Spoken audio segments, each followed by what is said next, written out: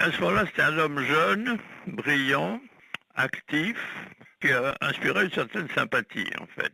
Puis par la suite, c'est devenu un régime très personnel, fondé quand même sur des systèmes financiers très contestables en réalité. Et personnellement, j'ai rompu tout rapport avec le président Bongo à partir de ce moment-là. Est-ce que vous avez eu une anecdote en tête, quelque chose d'un peu personnel, un souvenir? Oui.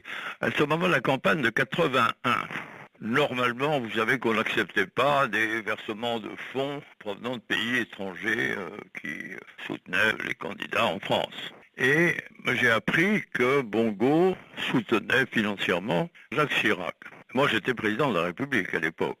Alors j'ai appelé Bongo et je lui ai dit bon, comment allez-vous? Alors il s'est répandu dans des propos tout à fait aimables. Je lui ai dit oui, vous êtes très aimable, mais actuellement vous soutenez financièrement la campagne de mon concurrent. Alors il y a eu un temps mort que j'entends encore et il m'a dit ah, vous le savez. Ce qui était merveilleux. Hein. À partir de ce moment-là, j'ai rompu mes relations personnelles avec lui. Est-ce que pour vous, la mort du président Bongo signifie la fin de ce qu'on appelle la France-Afrique? Non, il ne représentait pas à lui seul la France-Afrique. Ce qui est vrai, c'est qu'il était un des derniers à la représenter.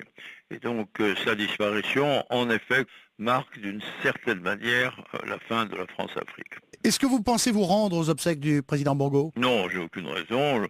Je n'ai pas été en rapport avec lui depuis 1981.